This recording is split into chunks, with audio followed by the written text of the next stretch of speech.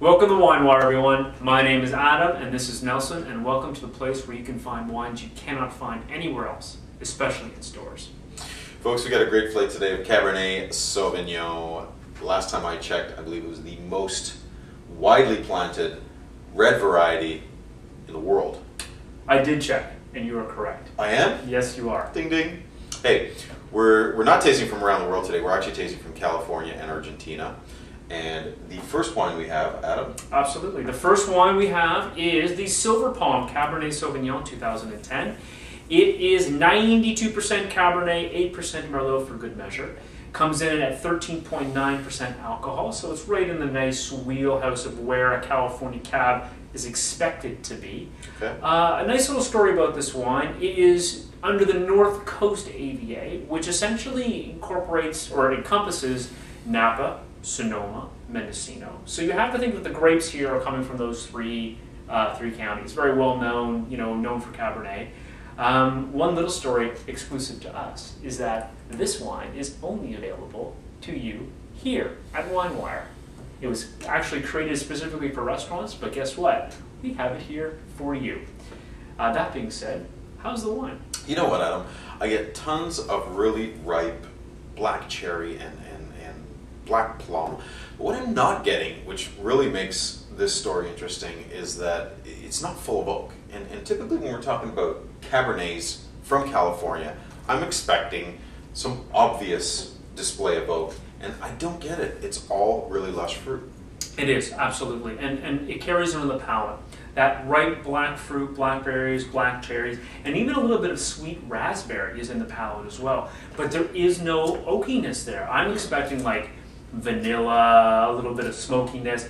It's not here. This, because of that, and it's actually quite a good thing, it makes it extremely versatile and extremely approachable. I'll agree with you on that. Typically you think steak when you're thinking cab, but no, this wine can go in any direction. It's really fresh, it's soft, it can be consumed with heavier textured meats, lighter textured meats, white meats, dark meats. I mean, it doesn't really matter. This thing can go in so many different directions. It's a great wine to have on the table when you're at a restaurant and people are ordering different things off the menu. Absolutely. And this wine, I think personally, when we talk about Cabernets, that you tend to go to that mindset, I've got to hold on to this forever and let it soften and become beautiful. And it's a drink now. Right now. Yeah. Like, right now. Yeah, it's perfect. Yeah, I mean, the wine comes in at $29.32 per bottle. So, I mean, for a Napa Valley, sort of the greater Napa Valley, so to speak, it is quite a nice value. And I think you'll enjoy it today, and I think you'll enjoy it next year.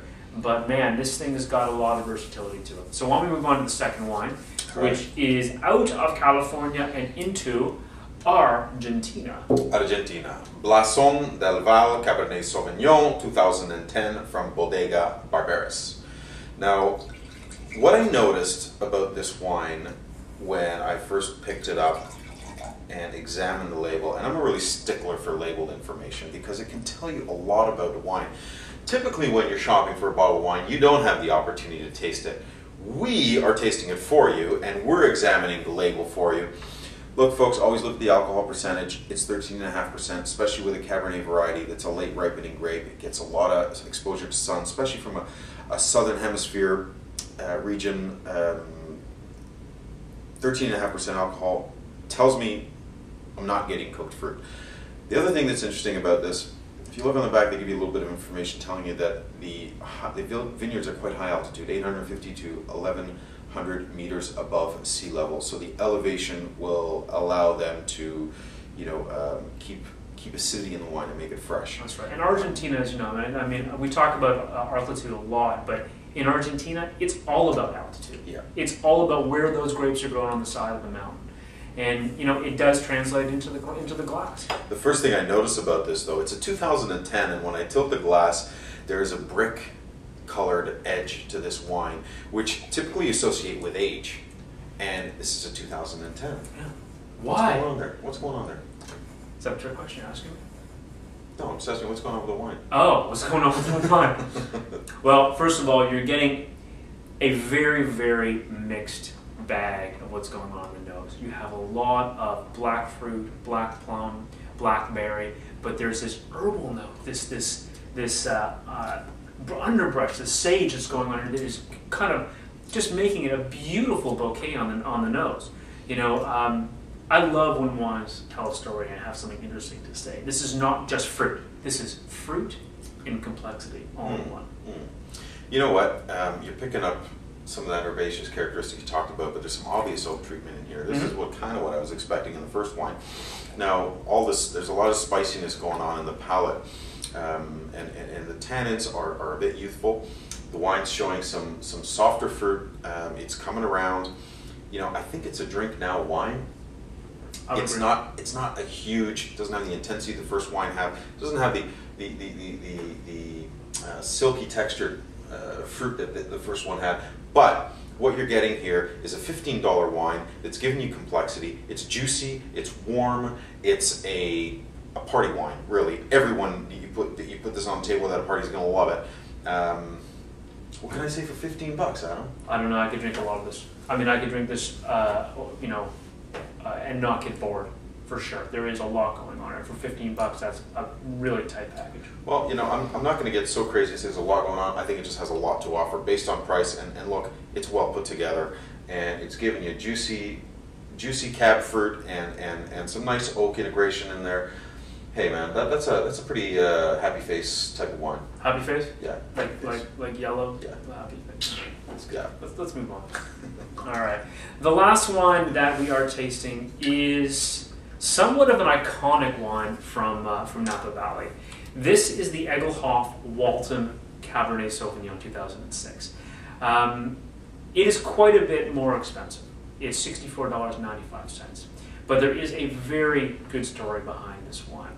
Bob Egelhof, who's the producer of this wine, is pretty much one of the best winemakers you've never heard of from Napa Valley. I mean, this guy has been behind some of the most iconic wines in Napa Valley. I've never heard of him. Well, yeah, you don't get out much though, so that's why it doesn't tell me anything. He's been behind some of the most iconic wines in Napa Valley over the past 30 years. Vineyards like Maryvale, Harlan Estates, David Arthur, Paul Meyer. These places, you know, really are icons of the industry, and he has been there and he's produced wine for each one of these places in their heyday. Really specific around this wine, 95% Cabernet Sauvignon, 5% Merlot, all sourced from Napa Valley, hand harvested, hand picked, attention to detail, 22 months in French oak, only less than 300 cases made of this wine. So, before I need to do, let's get it in the glass and give it a try. I'm actually quite excited. Despite all that information, none of it's on the label. No, none of it's all on the brought to you. It was all brought to me, and sometimes doing a little discovery around a wine can bring a lot of life to it and give it a story. This wine has incredible complexity. This is quite frankly, you know, top-notch California Cabernet. Mm-hmm. It's very Bordelais. You know, I don't think I would pick this out as California necessarily, smelling it right off the hop in a blind tasting. It's got all of that herbaceous and earthiness that you find in Bordeaux. The fruit isn't overripe. You know, the it's not showing through. It's well put together. The aromatics are intricately woven. Super stuff, man. Look, for me, first of all, I agree with everything that Nelson says. I kind of barked my mouth when I just said that, but nonetheless, I do agree with them. This is really, and I know it's going to sound strange, this is really about value. The wine here is $65. Most of us will not be buying wine in that price category. But the fact of the matter is, when you compare it to wines that are in similar quality and similar complexity, this is probably a quarter of the price. I'm talking about wines that are coming out of California and coming out of Bordeaux that are upwards of $150 to $300. Well, I'm going to start with the end first. Yep. This wine will not finish on my palate since you started talking. Not that you're talking a long time, but what I'm saying is incredible length on the palate. Really, that earthiness comes through strong. This is showing secondary development. It's not all fruit up front. It's showing a lot of development. Some of the aromatic characteristics we talked about, but I think this wine has not yet hit its peak, my friend. And it's an 06. It's got a long way to go. I agree. This is something that definitely can be laid down for a long time. This is the reason why you buy these wines in more than one bottle, so you can appreciate the journey that this wine is taking. Yeah, I think that it is definitely worth the price tag. I don't want to get serious, but I'm going to get serious for a second. I would highly recommend this wine. Really, I would. From a personal perspective and from in terms of how much, what the value is out of it. But we must choose. Always. Yeah, I'm going to let you go first and see what happens. Well, I know where you're going. Yeah, I know where you're going. I'm going to take it off for a second. You know, I was really impressed with this little guy right here because of its drinkability. Straight up. You know, I have a hard time shopping in and around $15. Mm-hmm. You know, 10 to 15 bucks.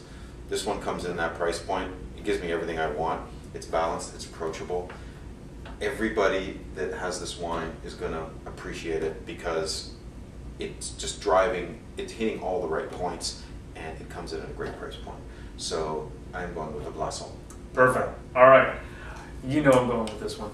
I know you know. And then why am I going with this one, Nelson? Because you are high maintenance, Adam. Because that's the most expensive one. That's what Nelson was going to say. And that's not true. I think that this one really has a lot to give. I think even for the price tag, it's a great value. And for my personal palate, it hits that sweet spot. And that is the most important for me. And I think when it's all about what is going to make your palate sing. And this one definitely makes my palate sing. Anyways, man, quite a show today. Nice. As always, the links to all these wines are below, right below the video. You can click on them for more product information and to buy them directly from the agents that supply them. We would love to hear from you. Please communicate with us. Our shows get better, and when we hear from you, tell us what you want us to taste. Tell us what you don't want us to taste. Also, follow us on Twitter. We're very active, and follow us like us on Facebook. And really, that's all I got to say. You got anything else? Yeah, it's October, and there's no NHL hockey, and the rest of Canada knows what it feels like in October in Leafland. So, unfortunately, we're all a little sad this year. I know they canceled. We're not the only ones. They canceled the first 2 weeks of the season. I know. Oh well, you still got WineWire TV, folks. See you next time.